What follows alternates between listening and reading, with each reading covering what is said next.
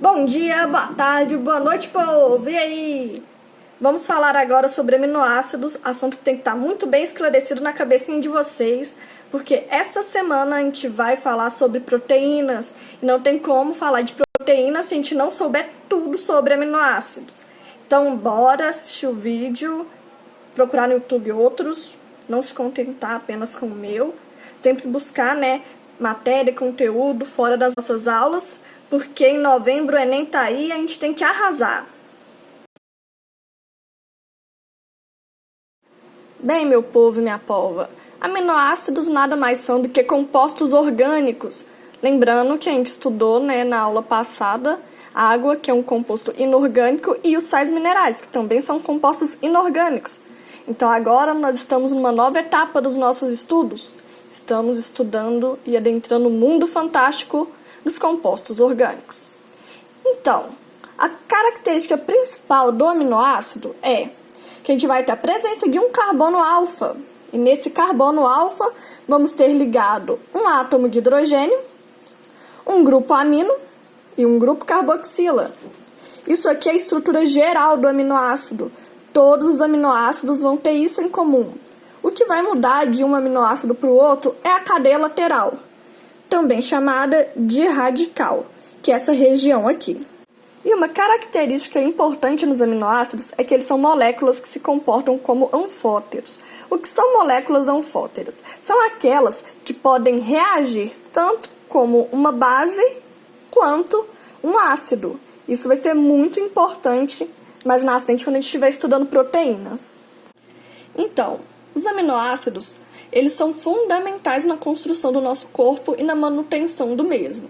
Além de compor as células e participar da recuperação dos tecidos, eles ainda formam os anticorpos, que são responsáveis por combater bactérias e vírus que possam estar infectando o nosso organismo. Esses compostos também fazem parte de diversas enzimas e participam do sistema hormonal.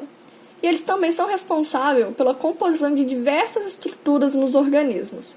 Mas a principal função mesmo dos aminoácidos, que é considerada uma das mais importantes, é a síntese de proteínas. Então, como é que a gente faz então para adquirir essas moléculas tão fundamentais para a manutenção do nosso corpo?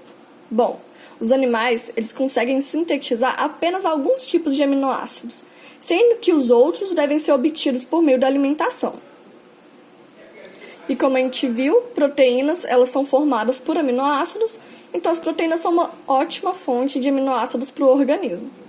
Existem dois tipos de proteínas, que a gente pode estar classificando elas como proteína completa e a proteína incompleta.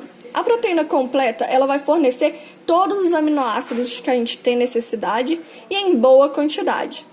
Como a gente pode ver aqui pelo resumo, o ser humano ele precisa de 20 aminoácidos, Existem vários outros existentes, mas para manutenção, o que a gente tem no nosso corpo é apenas 20. Então, uma proteína completa vai ser a proteína que vai fornecer esses 20 aminoácidos em uma quantidade boa. Uma quantidade que é suficiente para o nosso corpo ficar saudável. Já a proteína incompleta, ela não vai fornecer todos os aminoácidos. Ou, se ela fornecer todos os aminoácidos, eles não vão ser em uma quantidade boa para manter o equilíbrio no nosso corpo. Por isso que ela é considerada uma proteína incompleta. As plantas são um serzinho muito especial, evoluído. Elas não precisam se alimentar de ninguém para ter os aminoácidos delas. Elas sozinhas são capazes de sintetizar todos os aminoácidos de que elas necessitam para sobreviver. E como nós, humanos, somos animais, não temos a incrível habilidade das plantas de sintetizar todos os aminoácidos que precisamos, nós temos os aminoácidos que a gente sintetiza e os que a gente adquire por meio da alimentação.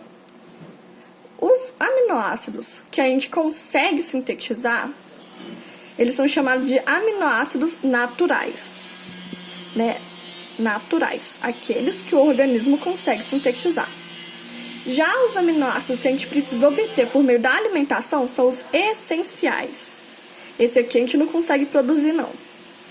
E nós temos também um terceiro grupo que é chamado de aminoácidos semi-essenciais. Por que semi-essenciais? Porque apesar de a gente produzir ele no nosso corpo, ele está numa quantidade tão pequena, mas tão pequena, que é como se a gente não tivesse sintetizado nada. Que são eles a histidina e a arginina. E agora a gente vai chegar numa parte que é a parte que eu considero mais importante da aula de aminoácidos, que é a ligação peptídica. Porque é através dessa partezinha aqui, toda, que a gente vai ter base o suficiente para entender a matéria de proteína. Então, pessoal, os aminoácidos, eles possuem a capacidade de ligar-se uns aos outros. Como que funciona essa ligação? O grupo hidroxila, da carboxila do aminoácido, ele vai se ligar a um dos hidrogênios do grupo amino.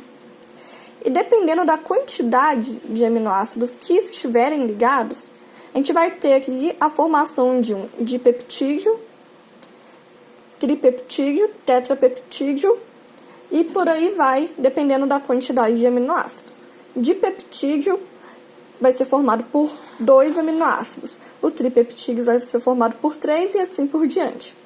Para facilitar, a gente pode classificar essas moléculas em polipeptídeos, que vão ser as moléculas que vão conter muitos aminoácidos ligados, ou oligopeptídeos, que é a molécula que vai ter poucos aminoácidos ligados. Então, pessoal, vamos ver como que é a ligação entre os aminoácidos. É muito simples. Aqui a gente tem o grupo carboxila e aqui a gente tem o grupo amino. A hidroxila desse grupo aqui vai se ligar ao hidrogênio do grupo amino. Com isso, a gente vai ter a liberação de uma molécula de água. Por isso que a gente pode dizer que esse tipo de ligação é uma síntese por desidratação. Então, ao ser liberada essa água, nós temos um carbono e um nitrogênio livres, e eles vão se ligar. E a ligação desse carbono com o nitrogênio é o que a gente vai chamar de ligação peptídica.